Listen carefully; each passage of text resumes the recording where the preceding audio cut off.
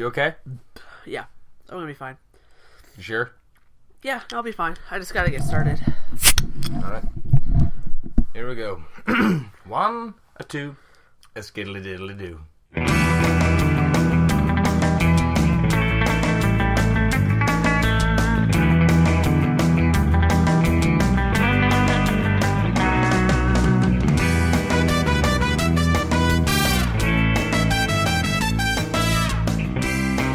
Welcome to Comic Squared with Magen Cubed, aided by her young ward. I know this guy or something.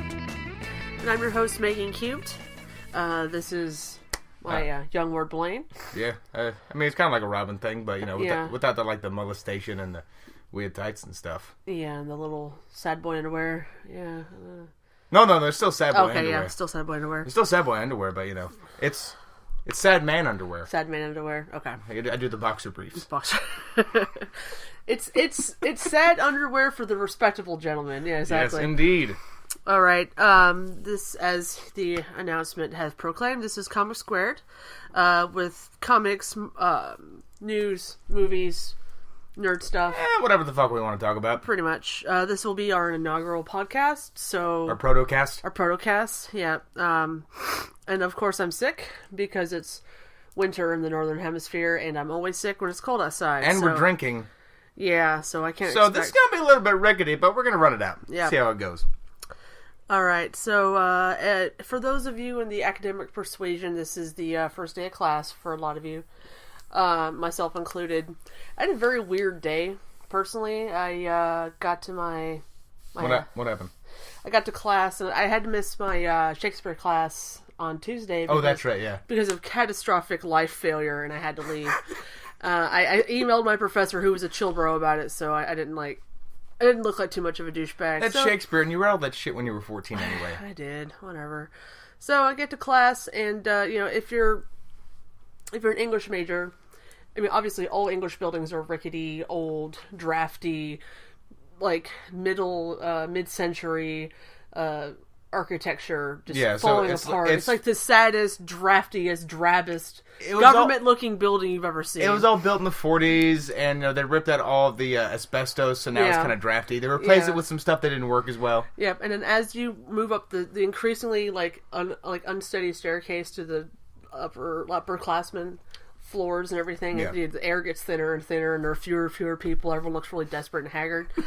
Of course, but as you get up to the top floor of the English building, you know everybody because you've already had classes with them for 2 to 3 years. At this point. Yeah, I mean, you're this is second or third year you've been going to. No, this is my third year at UTA. Officially, this begins my third year. This week is your third. Oh, that's right. You started in the fall. Officially, yeah. So this is like third year proper. I'm like coming up on that, mythical graduation finish line, but we'll see what happens if Obama keeps giving me money. Give me that money.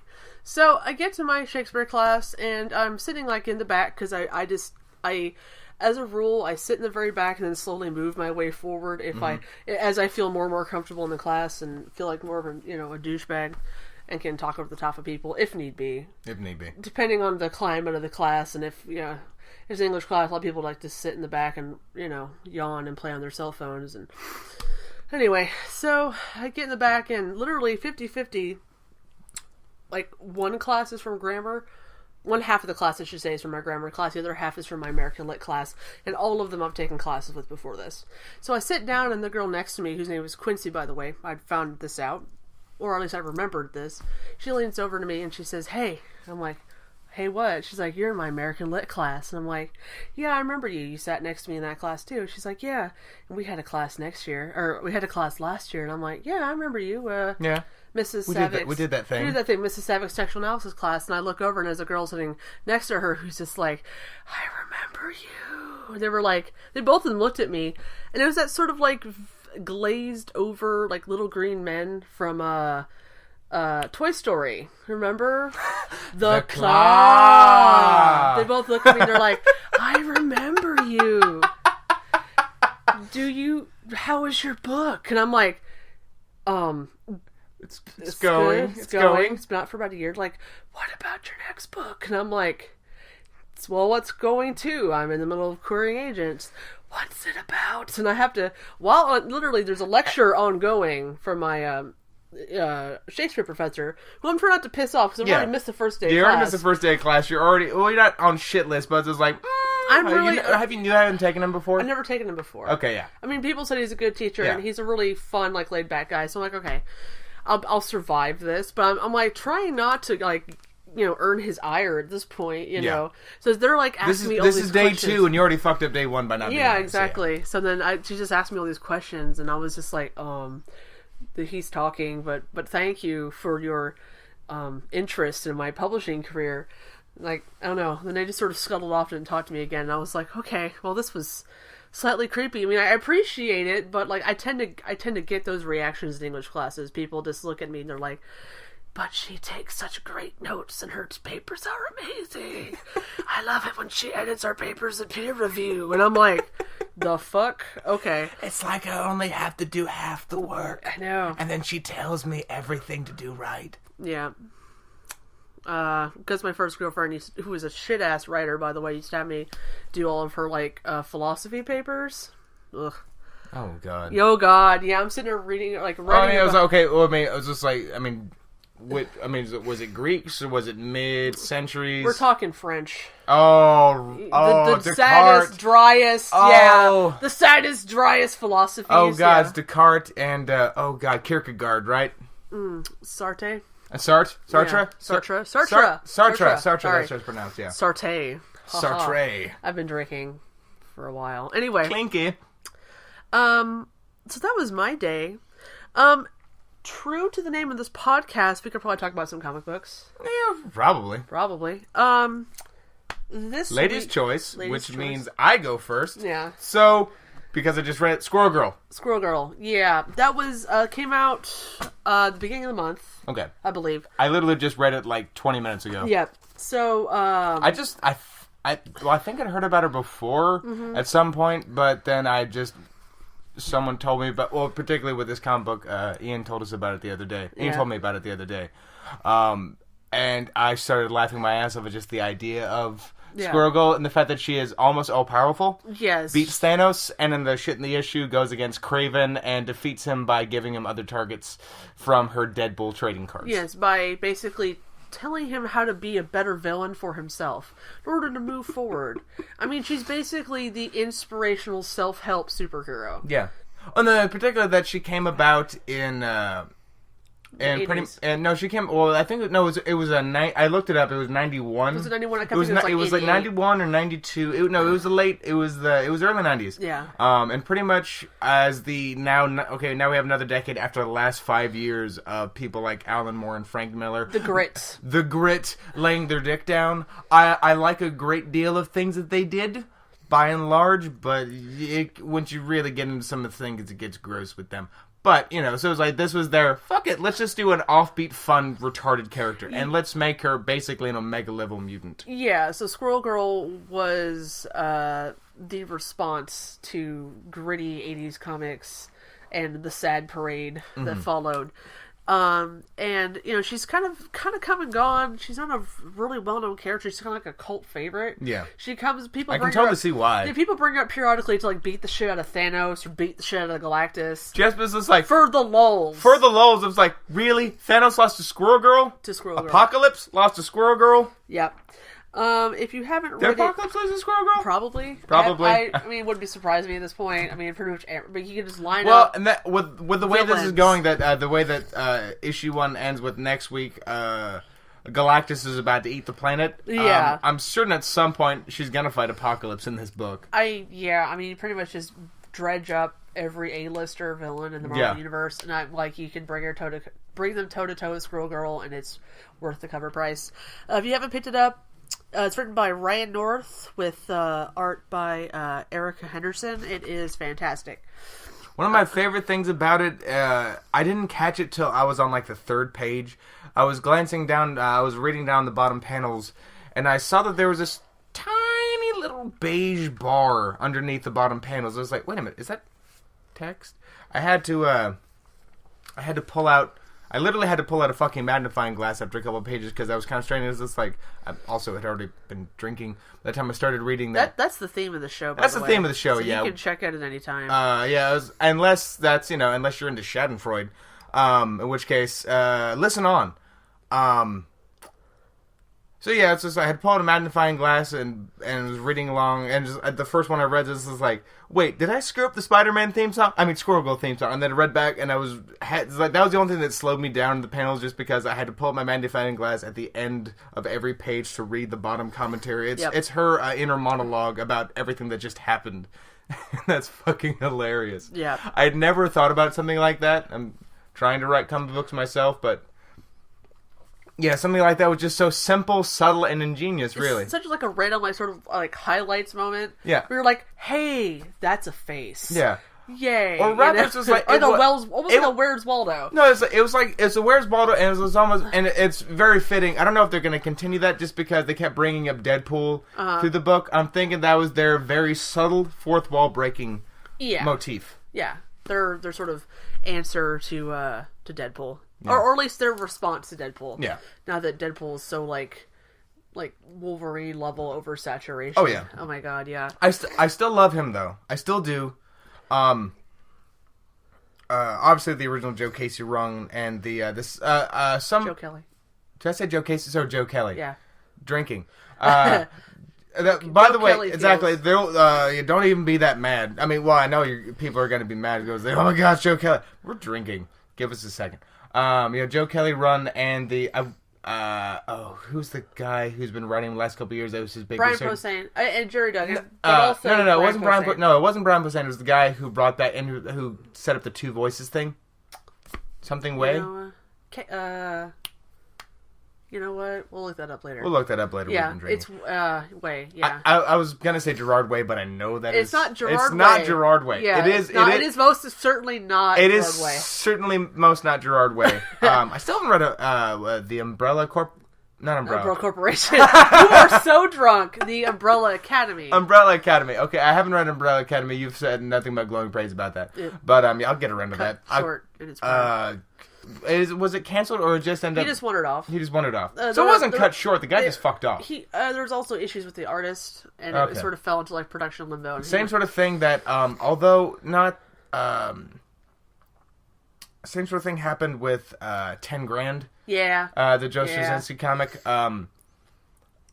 Ben Templesmith was the original artist who was doing all the work. I like Ben Templesmith. He's great. I love the gritty, rough art style. But halfway through, he just kind of fucked up. Literally, they could not get in contact with him. Yeah. And so they replaced him with C.P. Smith. I'm so happy that they did because I'd never seen C.P. Smith's art before. Never heard about him before. His art in the last half of the first arc of that book is fucking gorgeous. I think it just tied up like literally last week. Really? Okay. I've heard... I haven't read it. I've read like the first issue, but I haven't kept up with it. But yeah, C.P. Smith art is fucking gorgeous. It's this weird dreamlike quality. Anyway, cool. Sorry, back to Squirrel Girl. We've gone through that. I just thought it was hilarious. The little underlined, subtle fourth wall breaking. Yeah, like inner monologue. Almost. It was an inner monologue, but it is talking directly to us. Yeah. I hope they continue that. That is really interesting.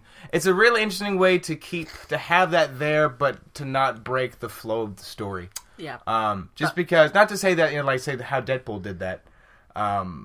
Wasn't that it wasn't hilarious. That was part of the humor, but it did. It arguably does slow down stories. But at the same time, they built stories around that sort of thing. Yeah. Also, one thing I thought was really funny is that she, to blend in as a regular college student, just stuffed her tail into her pants to give her a badonkadonk. Yep. And I just imagine she sounds like Bessie. She sounds like Bessie. I know, from Mighty B. Mighty B. I'm just this lispy sort of like just saliva soaked voice. Everything is fucking amazing. Yeah, it's like I'm gonna be a college student, and I'm gonna be a college student and a superhero. Oh, by the way, anyone worries, I totally do not look like anyone who goes here. Yeah, absolutely not. Absolutely no one. And that sort of gives me joy, that you'd have a motivational speaker superhero who sounds like Bessie Higginbottom and puts her tail in her pants to give herself a sweet ass. aspire to Squirrel Girl levels of awesomeness, I think there's a bright future for Squirrel Girl. Now, continuing Lady's Choice, what else do you want to talk about? Lady's Choice? No, I went first, so you go now.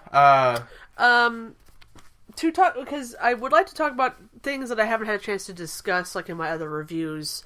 One of those is Lady Killer. For some reason, I never got around to talking about the oh my god, the Jones and Rich book from Dark Horse.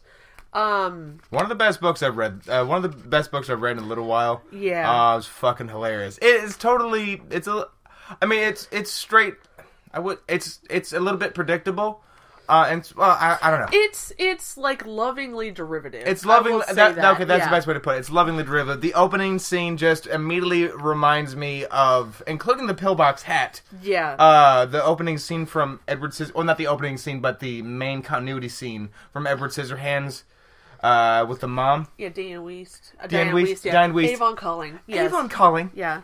Except this Avon lady, don't you know? Except this Avon lady fucking kills people. And, kills a lady that looks remarkably like Katie Sagal, which kind of makes me sad. Yeah, it's like oh my god, it's Katie Sagal, and she's dead. That's happened. That's happened to her a lot lately. Anyway, we're not going to talk about. Sons of Anarchy. Not today. I haven't had enough beer yet to talk about. But and Kate, I mean, I think it's this is one of those comics where everywhere I go, people like tweet at me and ask me about it at the comic book store. Like, oh my god, have you ever what do you think of Lady Killer? And I'm like, it's fantastic. I mean, from that super retro, like 1960s, everything is just pink and powder blue. Josie Schuler. Yeah, and she's just like the perfect wife and the perfect mother, and she hates her piece of shit. Was it her German? Her German stepmother. Yeah, or mother-in-law, right? Not stepmother, mother-in-law, yes. Yeah. You know, and she has this perfect suburban house, and she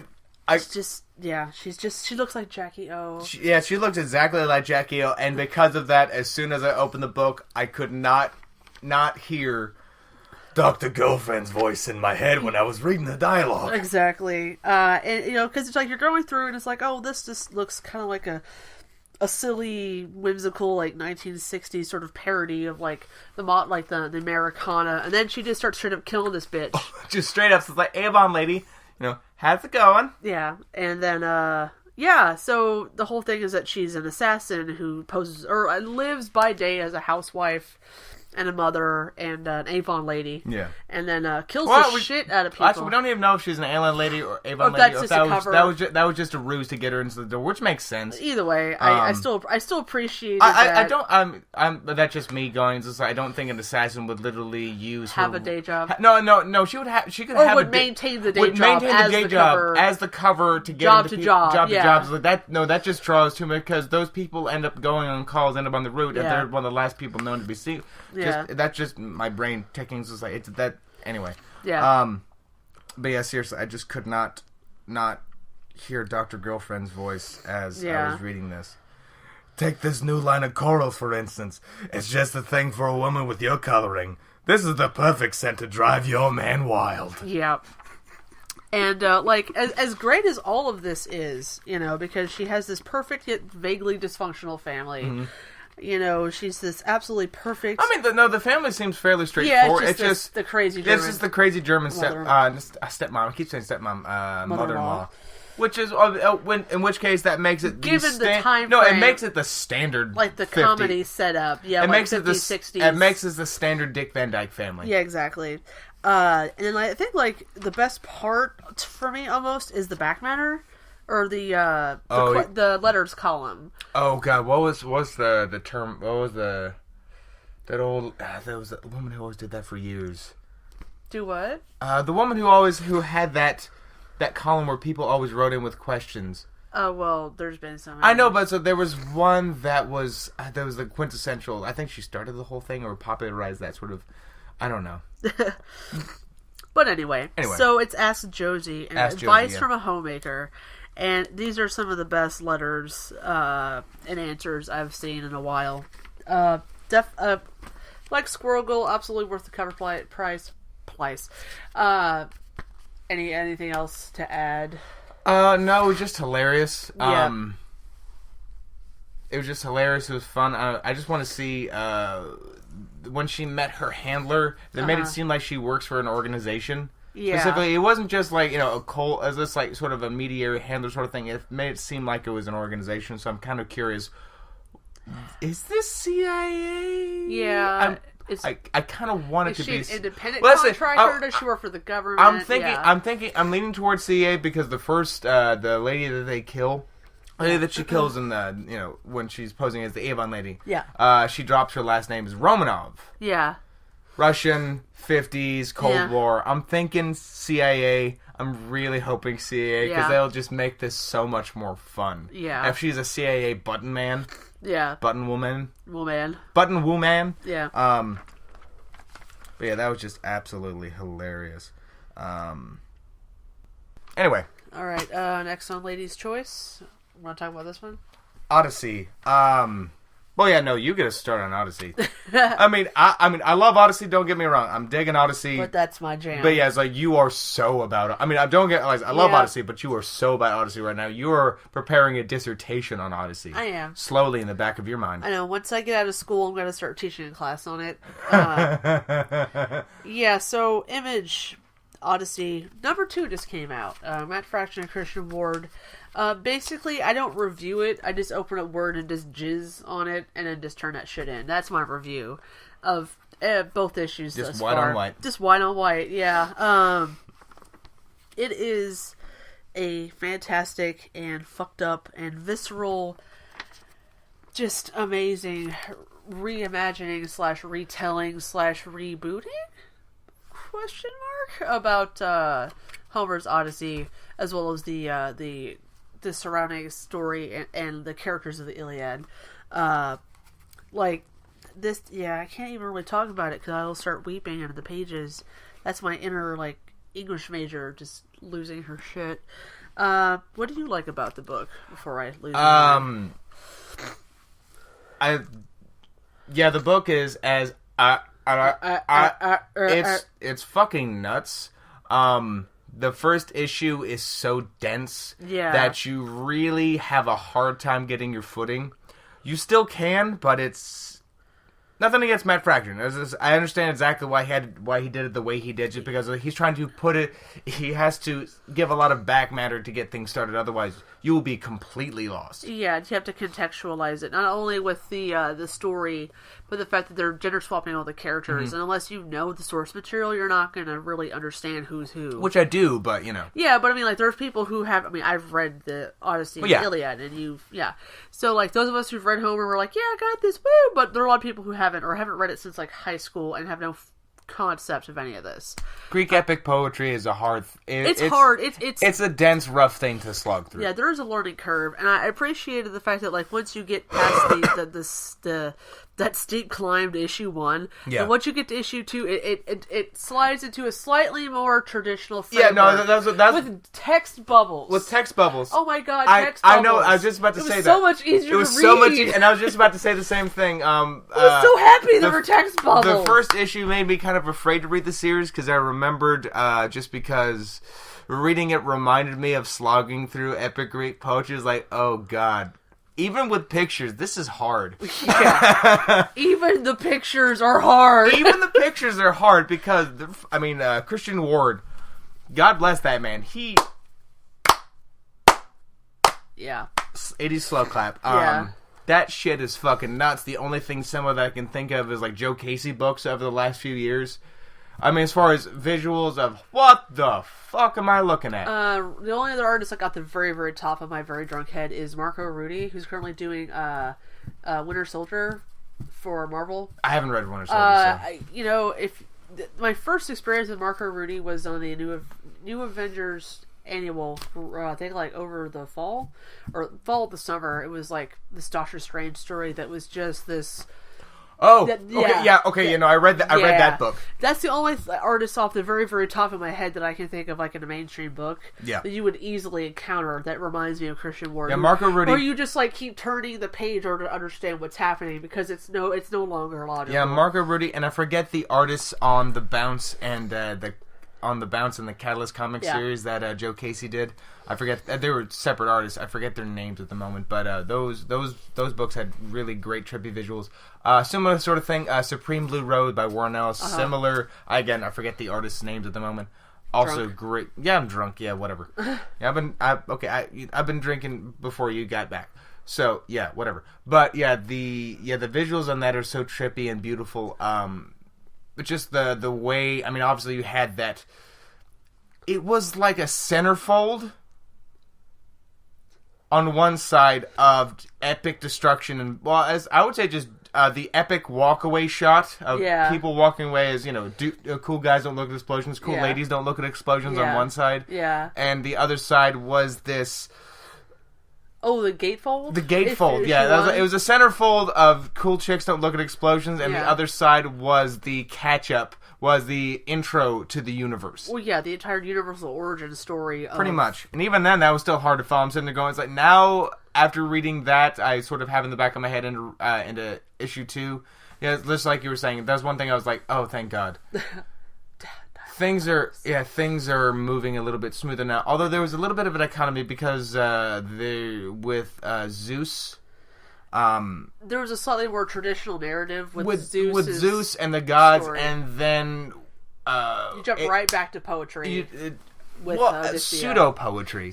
I would say alluding to or homages to like the Greek epic style a little bit, which made that little slightly trickier to follow. I'm glad they color coded the boxes for that. Yeah, yay! Because some of us aren't, are English majors. I am, but I'm not. I ain't. Most people reading this probably aren't. So yeah. No. Let's be real. Most people reading this probably are.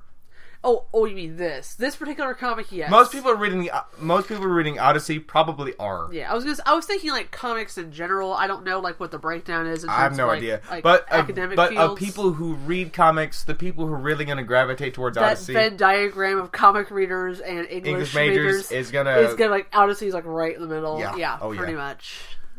So these are the best books that I think have come out prior to this week. I think. One thing that I really liked, just because I've always liked that particular part of Greek mythology, was the Lotus Eaters. Yes, that was fascinating. And I liked how they mixed that with the Dante Inferno. Yeah, I thought that was, and I like how they're obviously this is based upon the Odyssey, but it's not drawing from other sources. It's drawing from other sources. It is based upon that, but they're rearranging a lot of things. Yeah. And obviously... it's like a lit crit wet dream, basically. The lit crit wet dream. And they're obviously looking to... And I'm kind of curious to see how that'll shake out. It's like if Odysseus is going to possibly wage war on Olympus. I kind of hope so. I really want to fucking see that. Yeah. The pages are probably going to dissolve into absolute madness at that point. Basically. I don't know how you draw that. So good on you, Christian Ward. Christian Ward, if that's what's coming, I don't think any artist envies your struggles to come. Probably not. But yeah, the Lotus Eaters, I just always really liked. I just always really liked that story. Just like the imagery, the imagery and everything else. That people that wash up on this island, eat the fruit, and just don't care anymore. Yeah, exactly. Yeah, they just stop caring. And I thought it was just like, aww. Yeah. At the end when Odysseus left her Sebex, spoilers. Yeah. Yeah. We've been there's the thing which just happens at this point. We don't give a shit about spoilers. Yeah, we've been drinking way too long for that to come into. Also, it's what is it, Thursday? It's Thursday, and that comic, like most of these comics have been out for a day. Those comics have been out for Odyssey's weeks. Been out for like 2-3 weeks now, right? Yeah, but those comics have been out for weeks, so whatever. And you should definitely be fucking reading it. But I just thought that was really sad. At the end, it's like, it's just like she decides, it seemed like that was almost the kind of thing Like, that was the intent. Went through all of the stuff to get to the very deepest... To leave her there. We were just cold apathy at the base of this place. Yeah. And she knew that this was like... because they said this is like, here's this goddamn argument again. Yeah. So she knew that this was happening, made sure to take her all the way down to the bottom. Yeah, they definitely don't... Fraction doesn't paint Odysseia as a particularly... lovable protagonist. Now, whereas, the whole thing about Odysseus and also Odysseia is her cunning, her brilliance, her military mind. But she is very cold, she is very distant, and she's, it's like her guilt about leaving her family forces her to lash out against everybody else. Mm-hmm. And, instead of being, pussy crazy, like Odysseus was, couldn't stay out of it. I like that she's sort of like, she's extremely warlike. Obviously, it's like she's more of a bloodthirst, which I think is interesting, because you saw that in the first book, where it's just, I think that's very interesting. Bloodthirst and a contempt. For kind of everything. Everybody. No, I would say everything. Yeah, that's gonna be interesting to see play out. I'm sensing, especially from that, like I said, as a general sense of bloodlust and contempt for everything. She didn't want to go to war. She didn't want to do all the rest of this. But does she want to go home? I don't think she does. I don't think she does, and that's what they talked about. That her Sebex, what was her name? Eros. She was yelling at her, "You don't want to go home. You don't want to go back to Ithaca. You don't care about your wife, your family, anything. This is all that you have anymore." And she went, "Fuck you, bitch," and stormed out of the lotus pit. Yeah, basically. That's gonna be interesting to see how that plays out. The way I'm sort of seeing it is probably more likely that, after all of the things, she's not going to be coming home the same person. Oh yeah, I mean that's true of the Odyssey. That's true of the Odyssey itself. And that's, I think, arguably true of anyone. Any sort of journey home. Anyone coming back home from war. Yeah. Could be afraid of succumbing to that. Being afraid of their family not accepting the person that they are now, because that, not to get heavy or anything, but that shit changes you. Yeah, and that's gonna be interesting with a female protagonist specifically. Especially, that's gonna be interesting to see how that plays out. But so Odyssey, Squirrel Girl, Lady Killer, chick books, by the way. Yeah, all chick books. All chick books. All right, next up. All right, so now that we've covered best books that have come out this month, I would say, let's talk about the books that have come out this week. First up is Valiant's #1, Ivar Time Walker. I looked at that on your stack earlier, but I have no idea what that was, and I obviously did not read it. You know what? This is an interesting book because I'm not this is a reboot basically. It's an established Valiant character. I'm not super into Valiant. Yeah. The catalog, the mythology.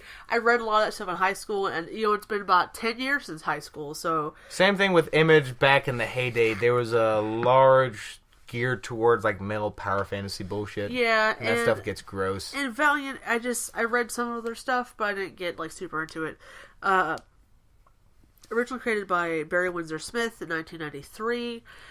He is the oldest of a family of immortal adventurers, travelers.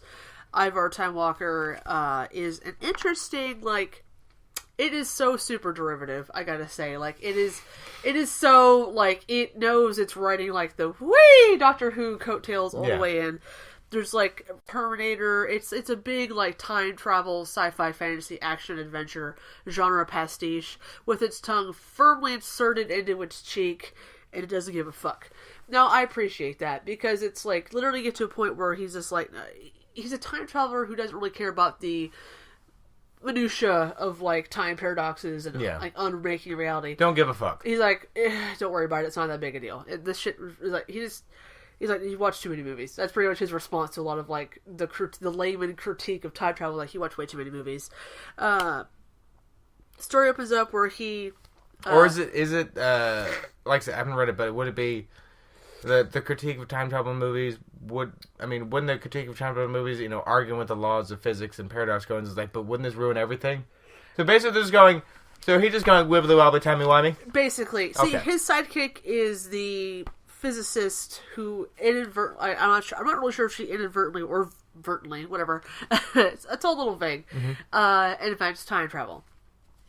And she's being hunted by fifth-dimensional suicide androids called Prometheans, who are sent by her future self to bring her to the future, I guess, for reasons, and Ivar has to stop them because they're suicidal fifth-dimensional androids. Suicidal? Yes. Why are they suicidal? I don't know, it's just what he calls them. There's a lot of this, like, literally so much of this book is just like, here's some robots, here's some time travel. I'm just curious why they would be suicidal. I mean, it's just like, they're robots. They get to time travel. It sounds pretty sweet. Yeah, but I don't think they're not worried about their, like, personal safety. Well, that's reckless, not suicidal. Well, suicidal sounds better, like, on a resume or business card. I'm a suicidal fifth-dimensional Promethean android, bent on global destruction or something. Oh, you could just, it's a fifth-dimensional robot, fifth-dimensional time-traveling robot with a devil-may-care attitude. Yeah, that works basically. as well. They go to the future, they go to the past. There's a panel with a single dinosaur. Because Do they go all around the afterlife? No, not yet. It's just the first issue. Oh. It's entertaining romp. I really liked it. If you're into like, just sort of like schlock, stupid fun. Schlock fun. Like there are underpinnings of a story here. The art's pretty good. Like I was pretty. Clayton Henry's a pretty half decent artist. Like when he wants to be. Some of the figure work kind of breaks down for me. Would it be like the Goon version of Doctor Who? Would that be a fair comparison? I haven't read a lot of the Goon. It's not that schlocky. No, okay. It's not that. It's nowhere near that schlocky. Oh, you just said schlock, so I'm just going. I mean, there is some schlock, but it's a little too like. My problem with it is that like so much of the dialogue is so like pop culture references instead of actual jokes. Yeah. Like Don't Call Me Shirley. Yeah, it's like or like referencing Hawkeye with bro. Doateka scientist in her own laboratory, bro. And I'm like, well, you're quoting other comics? Yeah. They steal a line straight from Terminator. Like I said, some of it is like purposely within the realms within the realm of like genre pastiche, and you're content to roll with it. But it's a good fun romp.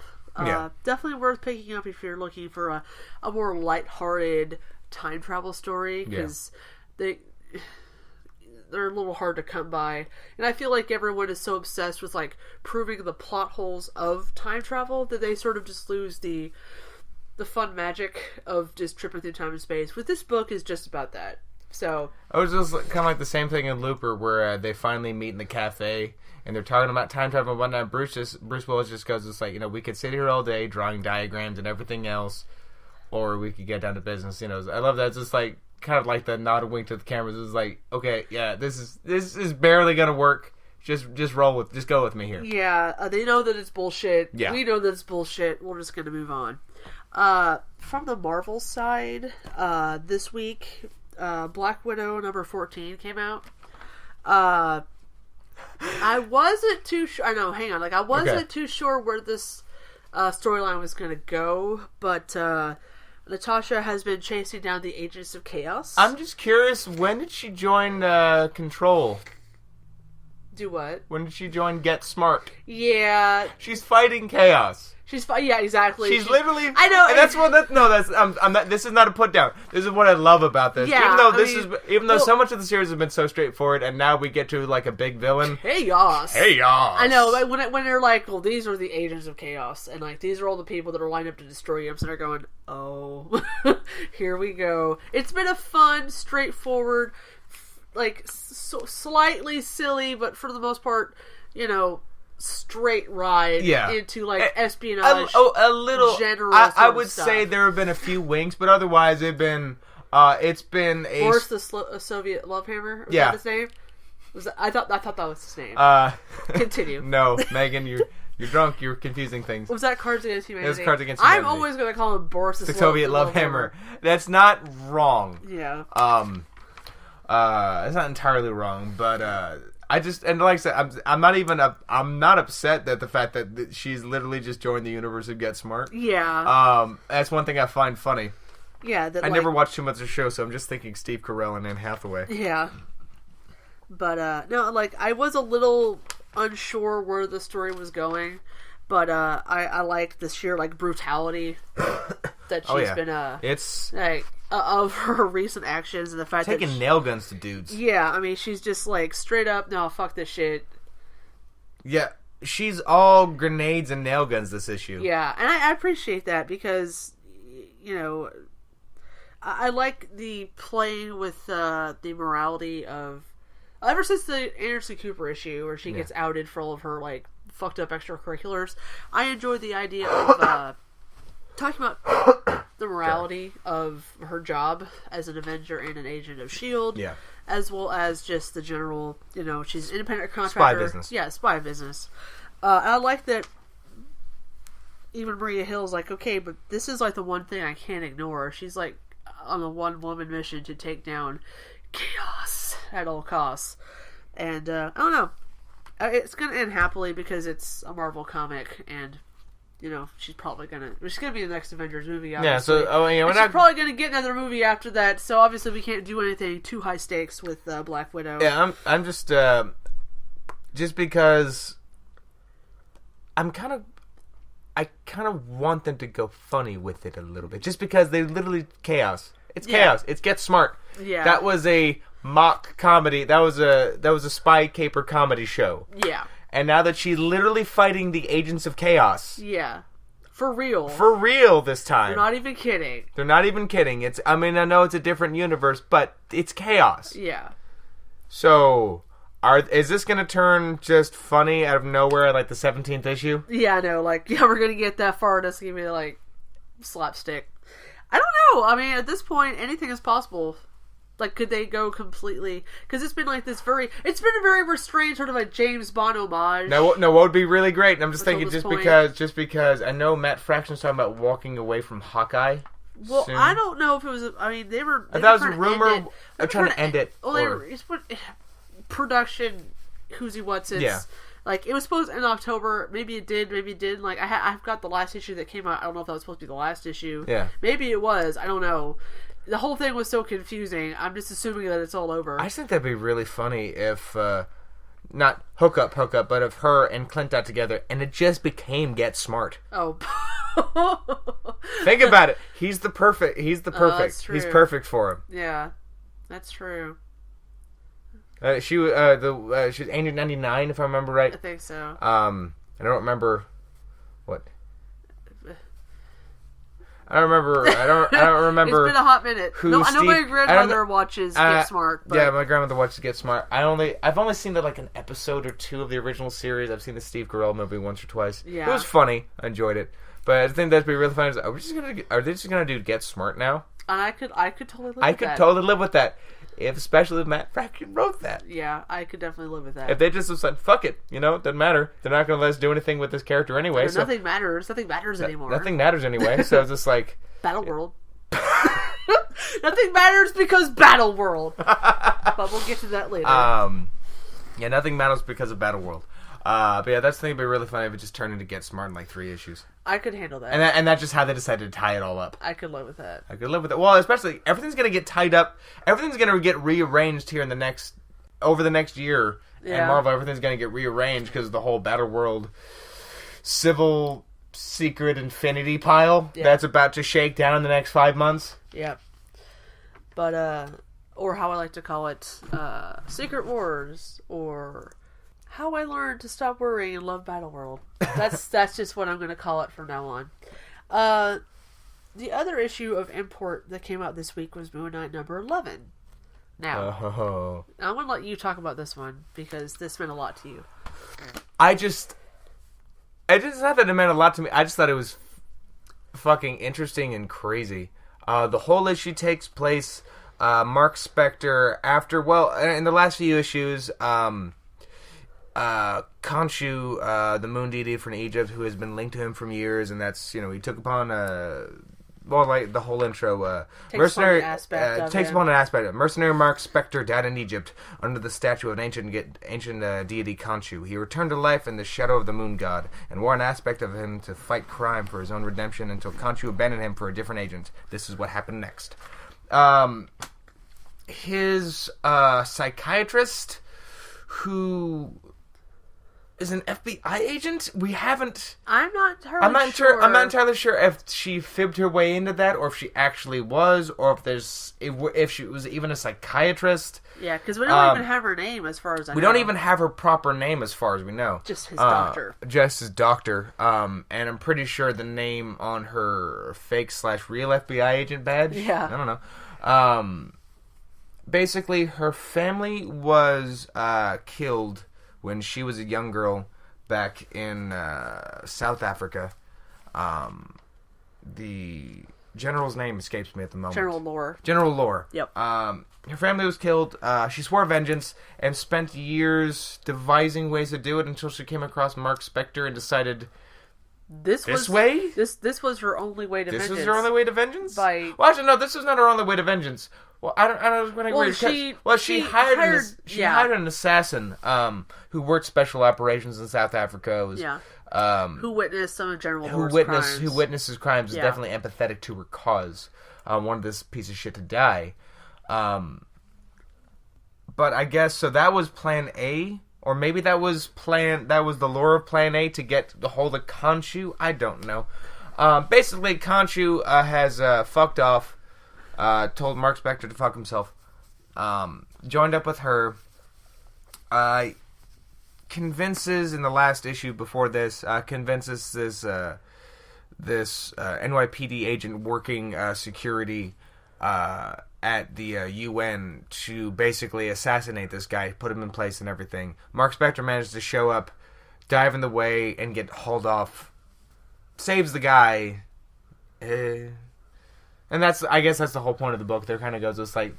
Yeah, well, when your narrator is crazy and talks to a ancient god and has multiple personalities, like Mark Spector is the definition of the unreliable narrator. Yes. I mean, it's kind of hard to tell how, like, in this issue, like, you don't know how much time has passed, you don't know what's happening. He's being held captive, on completely legal reasons, or on completely legal grounds, as we're told. Yeah. By masked therapists, by masked therapists and guards. All the medical staff wear these bizarre white masks. The nurses have a little red cross on them. Yeah. The guard, you didn't even think about the guards wearing masks because the guards who grabbed them had masks the first time, and so you're seeing me led down the hall by these dudes in black masks. It's like, okay, this is a messed up place. And then you see his psychiatrist wearing a white mask, and you're going like, but this... As soon as I saw it, I was like, holy shit, this place is gonna be fucking nuts. Yep. But yeah, the doctors, security, nurses, the nurses have a little red cross on their white masks. And then ended about going around pills, beatings, stabbing. Yeah. He eventually starts to Khonshu again and was sort of taunting him and mocking him. Yeah. Basically, it's just like, for not being good enough for him to stick around. Blaming him for breaking up with him? I don't know. Kind of. I got kind of a weird, 2001 David Howell vibe off of those scenes. A little bit, yeah. Especially with, the red hues. But, yeah. He's making fun of Spector for kind of being too much of a pussy to do anything about his current situation and being too much of a punk to keep Khonshu. And you're sitting there going, he's arguing with a god. He just got dumped, and it's like if you got dumped and then your boyfriend or girlfriend showed up to taunt you because you weren't good enough to be worth sticking around for or something. Except that you're a crazy vigilante who wears a moon on yourself. And like a bird skull sometimes. Bones. Yeah. He's worn bones before. So and then it's just like, no, I left you for the lady who's going through such insane machinations to get vengeance for her family. While Moon Knight is arguing that he is the better vigilante because he's at least reasonable and sound in his judgment. And you're sitting there going, what am I reading? He just that's the only argument is he has a weird specific rationale for the people that he kills. Yeah. That's the only difference. And she has a direct, purposeful, personal, vengeance-oriented. She wants to kill one person as far as we know. His doctor, only wants to kill General Lore. We don't know if... I can't imagine. I can't imagine she's like there, but I can't imagine she'd stop there. But at the same, once you get a taste of that sort of shit, Okay, but like vicious African warlords, like, do we need more running around? No, not really. So as crazy as your plan is, you're sort of willing to suspend your disbelief and go, oh, okay. But then he's sitting there yelling at Khonshu that no, I know what's right. I am the morally ethical vigilante who kills people. Yeah. For reasons. Because reasons. Yeah. So it is kind of like Black Widow's. It's been an interesting juxtaposition between these two titles because they both very much. Yeah, they at the same time, totally unrelated to each other. They had the social media issue. Yeah, they both have had social media issues. I mean, you don't have Anderson Cooper getting up in his shit, but which would. He was all over Twitter and the local news. Yeah, exactly. And the same issue that Anderson Cooper did an expose piece on her. Yeah. And the ethical issues of vigilantism in the modern age. Yeah. How much is too much? That argument was direct vigilantism. The argument and the Black Widow issue with Anderson Cooper. No, it wasn't vigilantism. It was her extracurriculars. Yeah. Oh no, I mean it wasn't even specifically her extracurriculars. It was just the nature of her work. Period. And the fact that we call her a superhero and she's part of the Avengers. Yeah, she's part of the Avengers. She's this superhero, but she does Black Ops. They didn't, as far as anyone else knows, they didn't really know about her extracurriculars. As far as the general public understands, this is all work for SHIELD. Yeah, except the part where she gets dropped into Afghanistan and does things. Yeah, and stuff. Yeah. So I don't know. Like I said, I thought those were very interesting because these books are totally unrelated. Yeah. There's no crossover. No. Be curious to see a crossover. That would be interesting. That would be interesting. I thought it was really. That would be a good Marvel team up. Of all the Marvel team ups that I've seen recently, that would probably be the more interesting one. But and I found that issue to be very interesting because I was very, very leery. I'll be honest about Brian Wood taking over for Warren Ellis. Yeah, because I like Brian Wood's stuff, but he has this track record of starting off really strong. Was really great, interesting, compelling stuff, and then just petering off into nothingness. I really can't... I haven't read much of Brian Wood other than the first couple trades of DMZ, which were really good. So as far as your argument of starting strong and trailing off, I can't comment on that. I just had the first part where it starts really strong. Yeah. I know that stuff. I know that stuff. That stuff's pretty great so far. But, I have my reservations with how he treats the character because I think Spectre's a little too verbose half the time. His previous issues, he was really, really talky. This was perfectly sparse, and it was very tight, very well scripted. Previous issues, he was just going off on these tangents, and I'm like, you don't really talk a lot. At least you're at your best when you're sort of a quiet, menacing figure. Because this guy's. Well, that's the thing, and I think they played it because it was a personality type angle. Yeah. And so some personalities were the quieter type. Yeah. Some like to run their mouths. Yeah. It was that if that was the case, fine, but that wasn't necessarily conveyed very clearly in the issues that I read. But this was, the past few issues have been very great. Well, no, I would say it is. I would say. I know you're sort of assuming a general level of this could be anybody. Just because his personality's more or less changed with his costume. That's true. His personality changed with his costume, so I thought Mr. Knight was generally more talky. Yeah. Okay. I didn't get that. I might have to go back and reread some previous issues. Mr. Knight I definitely saw as a little bit more talky. Because he's dealing with the cops. Yeah, dealing with the cops and everything. I can see that. He was a little bit slicker. He ran around. He was in the backseat of the limo. He was flashy. Yeah. Talked a lot.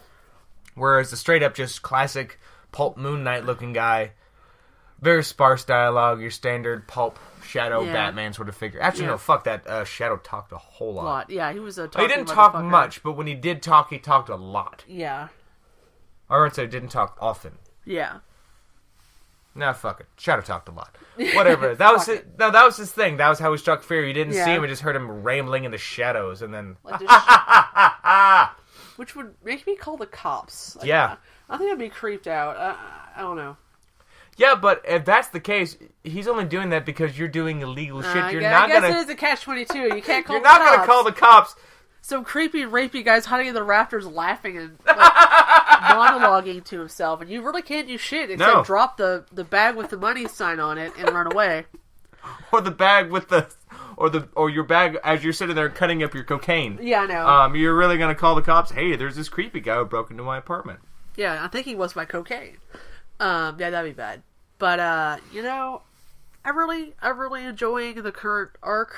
Yeah. Because there's an actual arc. Yeah. Hopefully, he'll prove to be an arc. So far, it's, I loved the first 6 issues that Warren Ellis was doing. Those were great. But it was just kind of rolling around establishing things. Yeah, it was the done in one. It was the done in one. It was, Warren Ellis' standard hired gun process. He's brought in to get a franchise making money and get things interesting, set up something, and then he walks away. Yeah. And that's great.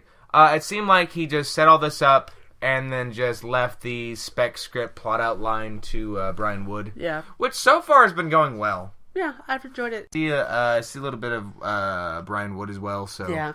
I think he's taken his outline and tweaked things around that. And basically, the selling point of this book is still the artwork. Yeah. I love Declan Shalvey a great deal, but Greg Smallwood has really kind of knocked my socks off, especially this last issue. Yeah. So, that's been great, and that's my list. And then the crazy twist at the end, I just really love that this crazy hospital with the small, fitness room where they're walking in circles and everything else is in the belly of, a B-52 or fucking something. Yeah. And then he escapes that, and they go, holy shit, and then just eject his ass out the back, and he's just falling to his death? But is he? But is he? Da, da, da. Cliffhanger. Whatever. We'll see next issue. Yep. 2 weeks or something. Yep. Did you have any comics this week that you want to talk about? Or mostly I've talked about... that's what I've been reading recently. Other than BPRD, Hellboy BPRD 1952, which is the... it's a flashback story, obviously going back to 1952. As the title would suggest. As the title would suggest, it's a flashback story. It is Hellboy's first assignment as a proper agent of the BPRD. And so it's kind of funny to see. So you've seen Hellboy, basically no one entirely knows what the fuck to do with him. He's kind of brash, a little insecure. And it's weird because the most of what you see with Hellboy is him just kind of rolling around. Him just kind of just off by himself a great deal of the time, actually. And everyone just goes, oh no, Hellboy took care of it.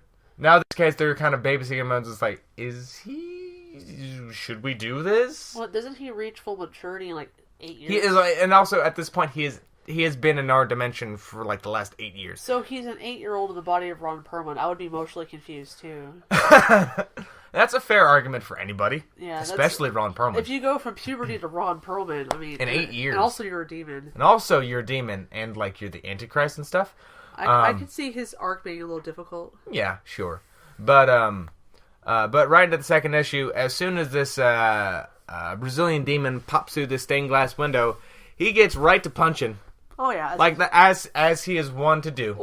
Oh sure. He gets right to punching. He takes it a little bit, but he's back on his feet in no time. I'm curious to see how that runs out. That was entertaining, and I really like that they referenced one of my favorite issues of BPRD in the last few months, which was this 2-parter dealing with actually Hellboy's first kill. If I remember correctly, he was a necromancer in the Army or the Air Force, August Brecken. Again, it was another flashback story, but it was jumping back and forth to, I think it was 1946, and then back to now. Oh, no, 1949 and back to now. One of the doctors at the BPRD stumbled across this guy's dog tags, and in the process of looking through his case on everything, I believe he was manually digitizing all of the files because the guy was kind of unstable. That particular doctor, I forget his name at the moment, was kind of unstable.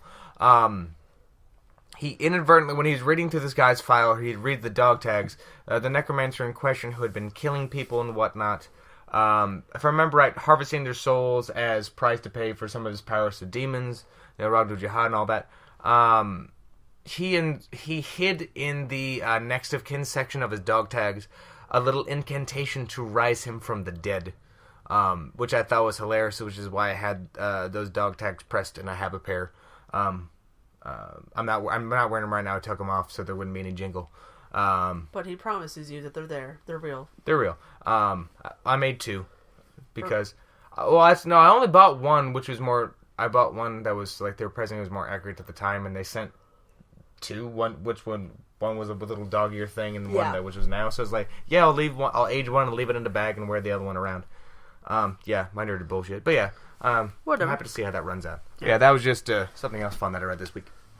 But so, because we were talking about Marvel books, the elephant in the room is Secret Wars.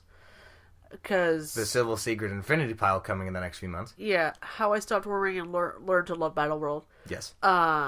Because, like, if you've been under a rock, Marvel announced, I believe, Monday or Tuesday, that fuck everything you know and love, because we got a license to print money. They're going to collapse, main 616 continuity into the, I guess, what's left of the Ultimates line, because which is mostly Miles Morales, something like 3 or 4 other titles. Yeah, I don't think there's a lot left. I haven't been keeping up with that side of the shelf, but I read Ultimate Spider-Man when it first came out. I didn't keep up with it. Yeah, I did Ultimate Avengers for a while. I did a couple of the solo titles, and this was not my bag. No. So, now that they have been rebooting 616 continuity, Ultimates is sort of like fallen by the wayside. It's kind of become a little obsolete. With the exception of Miles Morales, who's everybody's favorite. Precious Miles Morales. Precious Miles Morales. That's not sarcastic. I'm just like, precious yes, Miles absolutely. Morales. I like him. Yeah. I'm all down. I'm all for Miles Morales. So now... I haven't really read much of his stuff, but on principle, I'm for Miles Morales. Exactly. I don't really... I was never the biggest fan of Spider-Man. But... Our brother would punch me. But he's not here right now. Yeah, he's not here right now. So... starting in May, I believe. Yeah. Secret Wars is going to hit the shelves. It's going to obliterate everything and bring all these timelines together into a plane called Battle World. And I'm saying this with air quotation fingers in like full force because you should see the force. It's insane. I have spent days combing the depths of the internet trying to find someone who can explain what's happening, but all I keep getting back is like shrugging gifs, depending on gifs. What are your thoughts, very briefly, on Battle World? The secret pile. of the Infinity Crisis. The Civil Secret Infinity Pile! Infinite Crisis. Infinite Marvel style. Well, our books aren't making money, guys. Alright, everybody, back to the pile! Yeah. That's pretty much my thoughts on that. Yeah, I mean, I don't know, like, I don't... No, that's kind of, but you know what I mean. It's just like, well, some of these books aren't making as much money, let's just back to the pile and just smash them all together. I don't know. I'm not gonna, like... I'm not going to pass judgment on anything until I have an issue in my hand. Yeah. But I'm just kind of... I'm trying to, like, mentally picture how this is going to play out when you have various Thors and Iron Men, good and evil, and various Captains America, and all fighting on the Battle World. Pile. Yeah, in a big pile. I think this might be like the biggest, dumbest pile they've ever done. This is going to be a very large pile. This might be as far as, it comes down to DC, Marvel, whatever else, I have never been a fan of the major crossover events. You don't love summer blockbusters, Blaine? Fuck you. It was a legitimate question. Whatever. I like summer blockbusters half the time. But... it's mostly, it's like I said, it was what I was kind of saying before, it's just like, it seems like a big thing, it seems like, it's like, yeah, we want big stories, that's fine, but you don't need to tell between 6 books, and involving books that I don't want to fucking read, but you're gonna make me read if I want to finish the story. Yeah, because they shove so-and-so off a cliff, and if you want to see how he lands, pick up this other book over here in 2 weeks. Yeah. And I don't care about the other book. Unless it's in Squirrel Girl, I don't give a shit. I know, right? This shit better come down to it in Squirrel Girl, or I'm not going to give a fuck. That'd be that. If there's a Squirrel Girl, if there's a Squirrel Girl canon, that might be the only book I read. Yeah. In that whole mess. Otherwise, I mean, I love Jonathan Hickman, love him to death. Oh sure. Secret Manhattan Projects. I read more Image stuff than frankly, other than like some of the stuff we've been talking about. I don't read big house books. It's after years of that sort of shit, there's left a bad taste in my mouth, and I don't even care. I like movies more. You can yell at me, I don't care. There are people cocking shotguns right now, just so you know. I don't care. I'll give a fuck. I'll do this for you. I'll do this for you. You're not even my real dad. You're not even my real dad! Yeah, but I just don't care. I like the movies better, just because... Not that, oh my god, not that they are perfect in any way, shape, or form, but they're just inherently more consistent, because in the same, also I would say in the same sense that, like whereas it's say the Timverse cartoons, the DC animated universe, far better as far as mixing of the continuities and everything else, just because, and I think the Marvel movies work just because they have had decades of great shit to pull from. And they can choose to drop the nonsense, which is why I think they're just kind of ditching Hank Pym, by and large. Yeah, that's the same. Like the same argument, and I would say but my tastes on one hand are kind of. Don't get me wrong, I've read plenty of house books, and I've been mostly disappointed just because I grew up, as far as like DC stuff, I grew up on the DC animated cartoons, which were they were smart enough to pull all the good stuff and just filter off all the bullshit. You're just mad about Etrigan. You know, okay, I have a soft spot for Etrigan. I know it's not something that makes sense. I don't even know. It's really something I can't even tell you why I have a thing for Etrigan. I just for some reason I just dig Etrigan. I don't know why. I'm still holding down for Pete Wisdom, so I got you. Yeah, like. But anyway, sorry, back tied up real fast. Just because of that, it just feels like more than anything, the stuff feels like a ploy and a way to try to. There's this obviously it's a ploy. I was gonna say a marketing scheme. What?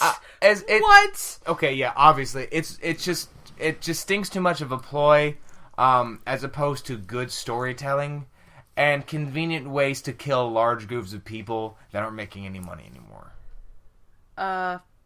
Probably. I mean, on one hand, I am definitely into getting Miles Morales and Kamala Khan in the same universe, so they can be perfect together, because they're probably the two best characters that Marvel has right now. I'm thinking Squirrel Girl. Well, yes, next to Squirrel Girl, in terms of like... Not next to Squirrel Girl. Okay, Squirrel Girl is more for funsies than anything. But yeah. But she's uplifting and inspiring for generations. Yes.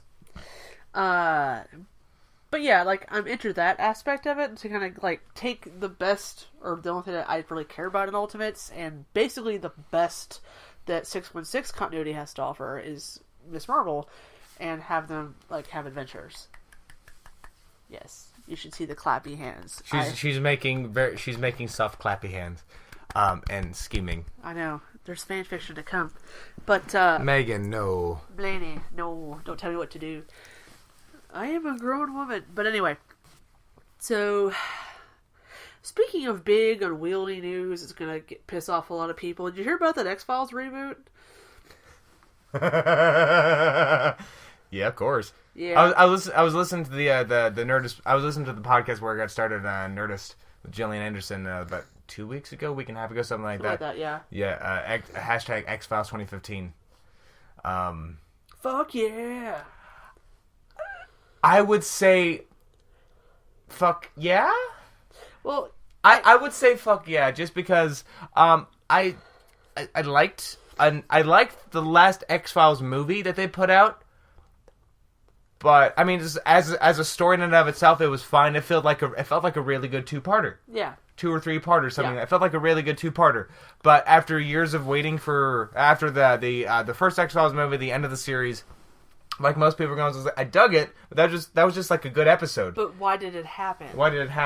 It didn't feel purposeful. It didn't like justify its own existence. No, that's it. It didn't feel purposeful. It felt like a good 2-parter or something like that. It felt like a good story. I really liked Billy Connolly in that. Oh, sure. Just because I really love Billy Connolly. Just in general, Billy Connolly as an entity. Yeah. I love him. And so to see him as the weird psychic pedophile priest, it was just like... Which sounds great on paper. No, it sounds bad on paper. Sounds gross on paper. And it's even worse in practice. And it's even worse in practice if it's Billy Connolly, because for me, I had mixed feelings. Yeah. It's like, Billy Connolly! Oh, no! Oh, no, Billy Connolly! No! But, for those of you who are not you playing... You were Fido! Yeah, I know. That's still a perfectly underrated film. Arguably one of the best zombie movies, but anyway. But, for those who are not playing along at home, in the last few weeks, there's been a great deal of talk, some of which people say has been confirmed by Fox executives, some of which has not been. I really don't know at this point. I would probably say mostly unconfirmed, vaguely confirmed. I would say it's a strong maybe right now. It's a great maybe. To reboot, or I guess we'll say reboot, or at least bring back X-Files on the heels of 24's recent success. Yeah. Which I didn't see the 24 reboot because I didn't care about 24. Yeah, I didn't care about 24 when it was on. When it went away. Yeah, I was kind of... When it came back. I sighed with relief when it went away. When it went away, just because I was kind of done with the racist right-wing ends justify the mean politics.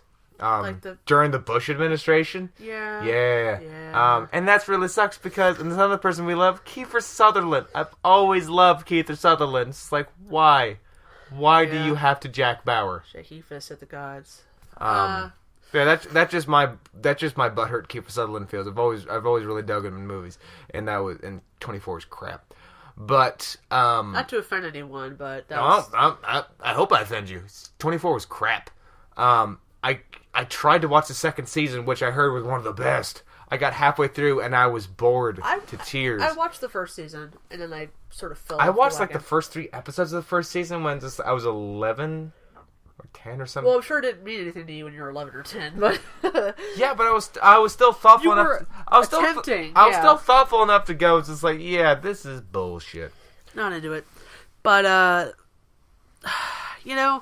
one hand, like, this is one of those double-sided sort of things. Like, when someone, sent me the link on Facebook, it was like, oh my god, they're bringing it back. First, I was like, oh my god, X-Files! Oh my god!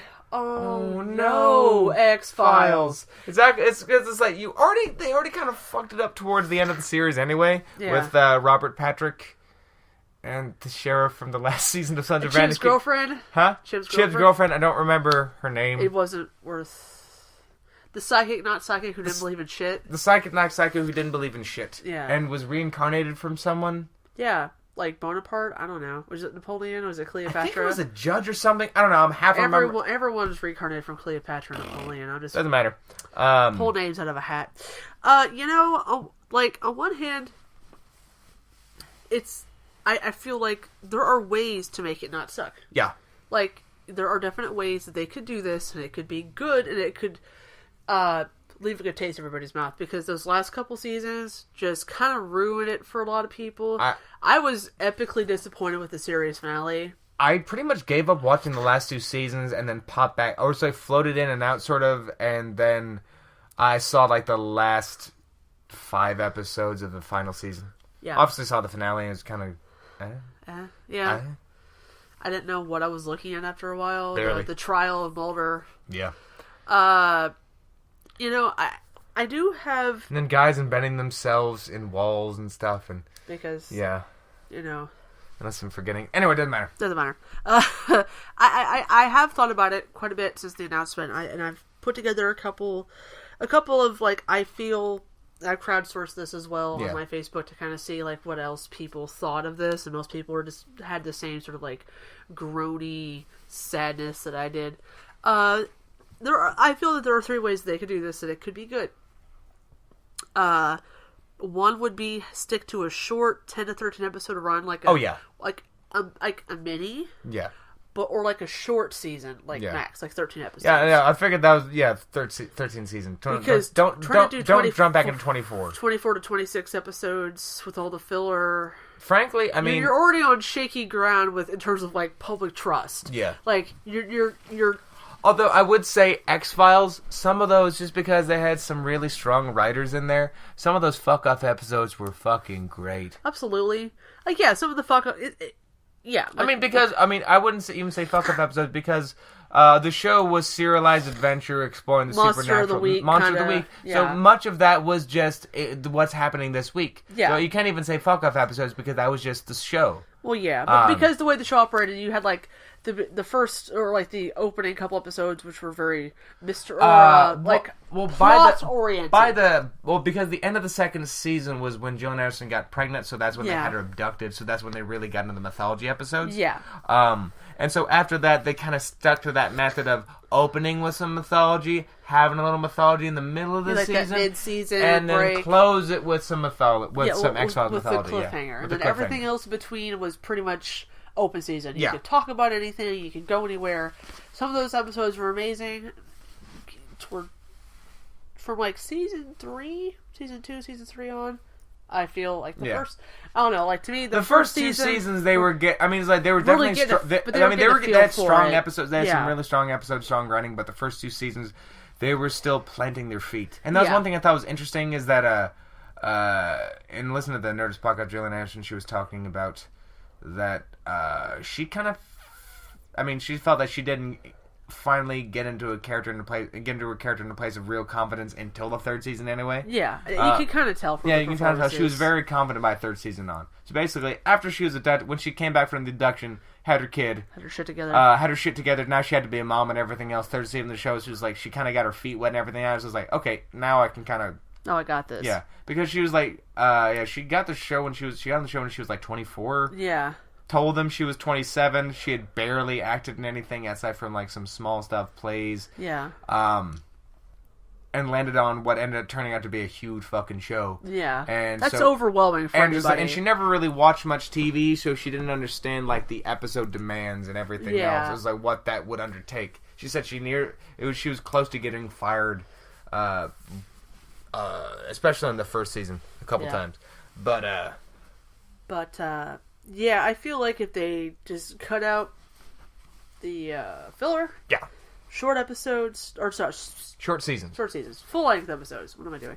Another way to do it is if you have essential mystery, like bring it in, like bring the plot in. Exactly, it's like the main is unless they're absolutely retarded, they have to. I can't even remember if they even half answered the things. No, they didn't, because then they kind of was like led people on with another movie, and that didn't answer anything either. Yeah, exactly. So like I said, it's been so long. Everything's still kind of up in the air. I was just like alien abductions and aliens, government conspiracy, and all the rest. Is like, so Chris Carter has to. You've had like 15 years, so gather your shit. Yeah. And figure it out, because I'm assuming you didn't. Yeah. So not trying to be a dick. But that's when I love the show. Yeah. But I'm assuming you didn't. But I feel if they have short seasons, a central mystery with a concrete arc and a concrete resolution. Yeah, it's like find a way to, even if they do like 2 seasons of this, maybe even 3 of like short run sort of stuff. Yeah. Have it slowly working towards chipping away at finally finishing the series, finishing the story. Yeah. And I'm particularly interested because by the last movie, Mulder and Scully were just together. Yeah. That would definitely be interesting. Which would lead me to the 3rd point, because like people are pretty much split 50-50 on whether or not they should or should not be together. Yeah. I personally, as a fan, didn't need that. I saw like it was a moonlighting show. I saw the development of the chemistry. I saw that they had a very good relationship. They had a very complicated relationship, and I liked watching it unfold. Yeah. But those last few seasons with the mystery psychic baby and wayward Mulder delinquent father on the run. Yeah, it was Jerry Springer episodes going on there to find it. Is he the baby daddy? Yeah, I know. And it was just like, yeah, I felt... I mean, I don't know. Like, I could handle them being together if they actually, like, clearly explain define the relationship. Yeah. And also, I think retcon Psychic Baby. I think if we just pretend that didn't happen... I mean, I think they sent him off to a farm or something. Wasn't he, like, sent off...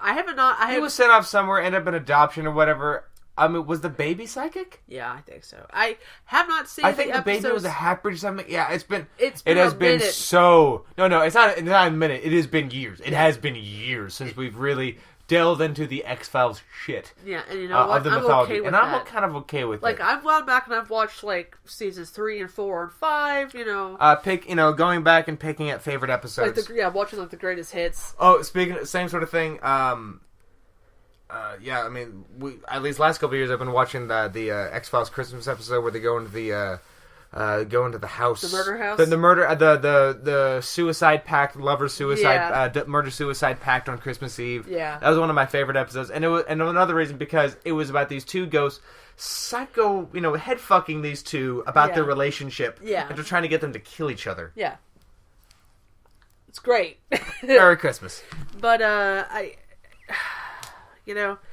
just think if they pick a relationship status and stick with it, people would be happy.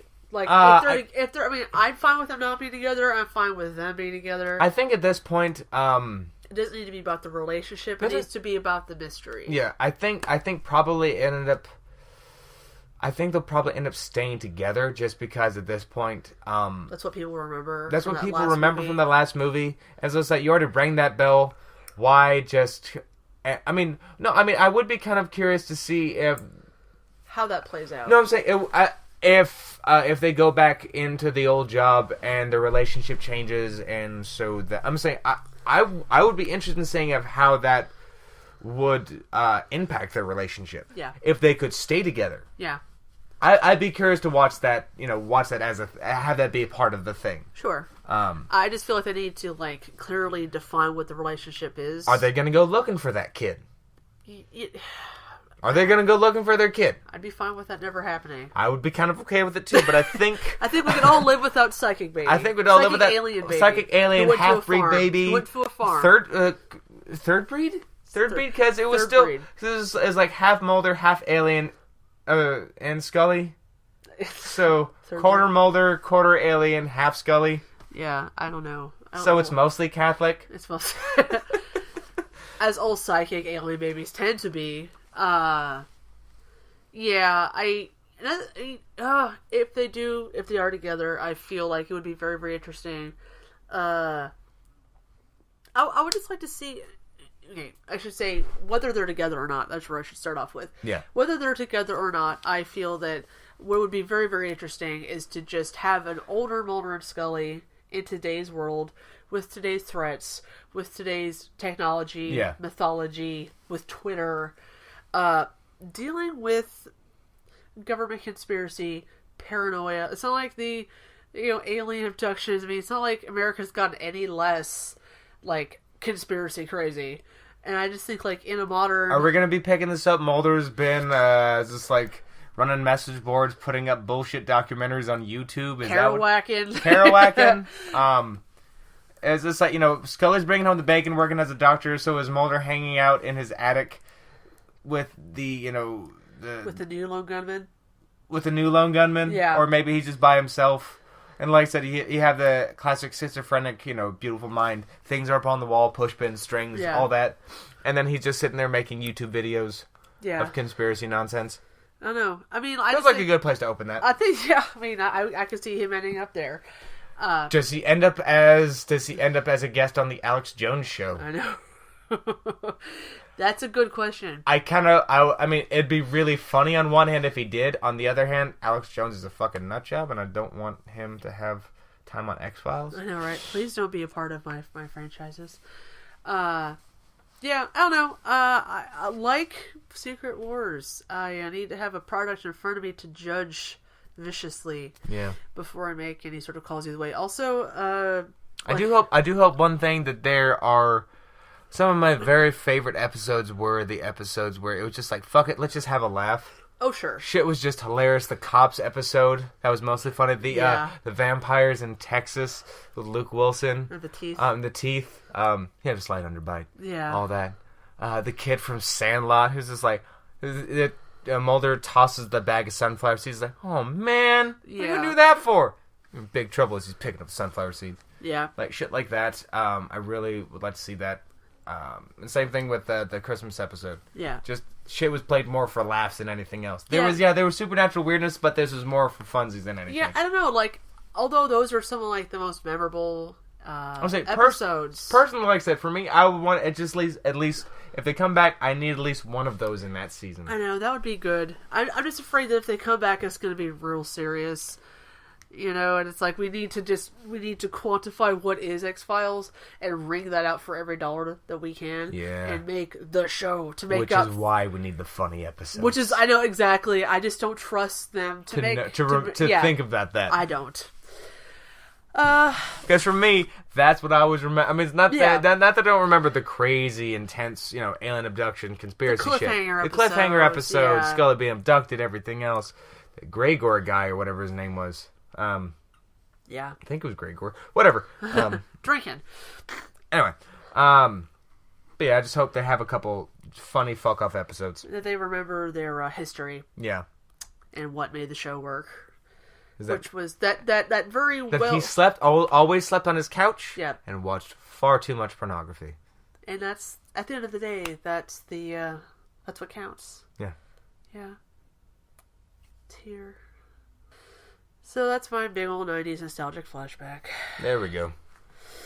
Alright, well, I think that about wraps it up for this week. Thank you for joining us.